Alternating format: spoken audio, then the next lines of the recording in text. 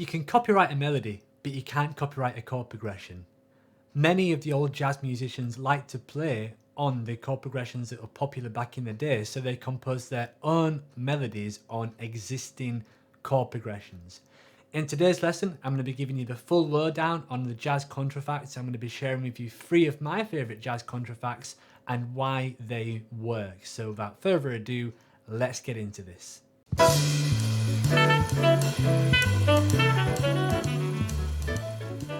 Greetings jazz guitar gurus, my name is Jamie Holroyd. I'm the founder of jamieholroydguitar.com, which is a blog, video lesson and podcast all geared to helping you become a better jazz guitar player. In today's session we're going to be discussing jazz contrafacts, what they are, how you can use them and why they work.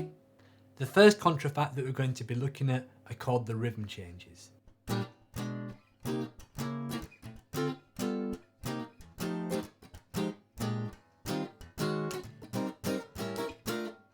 The rhythm changes is a generic set of chord changes that's been used by countless jazz musicians over the years.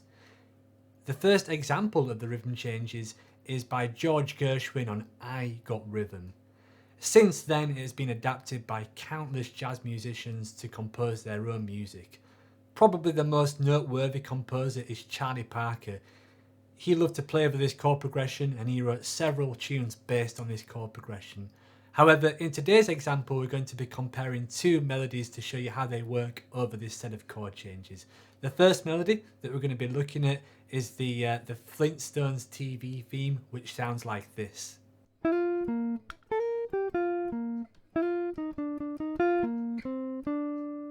The other melody that we're going to be looking at is by George Benson and it's called Ready and Able, and that sounds like this.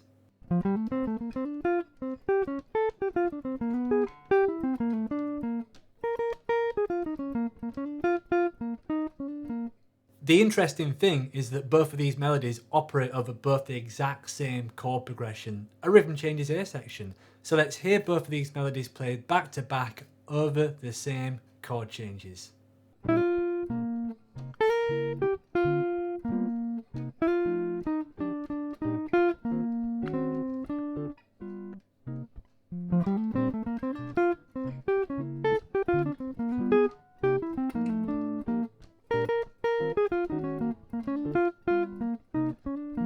The next contrafact mashup that I've got for you here is How High the Moon and Ornithology.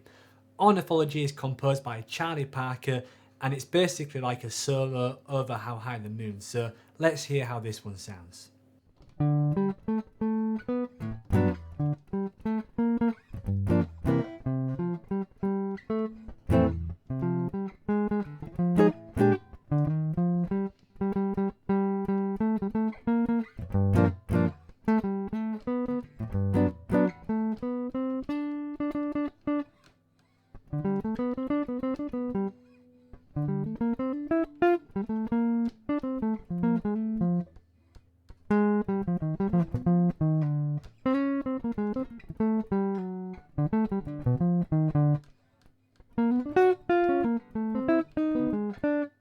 So what you just heard there was How High the Moon. I played the A and B section of How High the Moon, and then for the repeat of the A section I played Ornithology, and of course the C section was Ornithology as well. So both of those melodies are almost interchangeable, and the interesting thing about that is that when you listen to some jazz musicians play this, they'll often quote the melodies. So you could be playing, for example, How High the Moon, and someone might quote a line from Ornithology, and of course because Ornithology is a bop orientated tune, it almost sounds like you're just playing a line anyway, but of course it's a little bit of a tongue-in-cheek quote that some musicians use when they improvise over How High the Moon.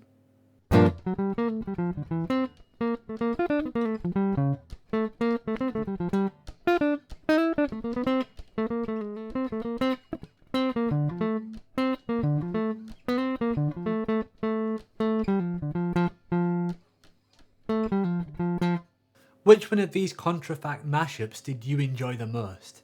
Is there any jazz contrafacts that I've missed that you feel should be on the list? If so, then please share these in the comment section below. I'd love to know what you think. If you enjoyed this video, I'd also really appreciate it if you could hit that like button below and subscribe to this channel if you haven't already. See you in the next class.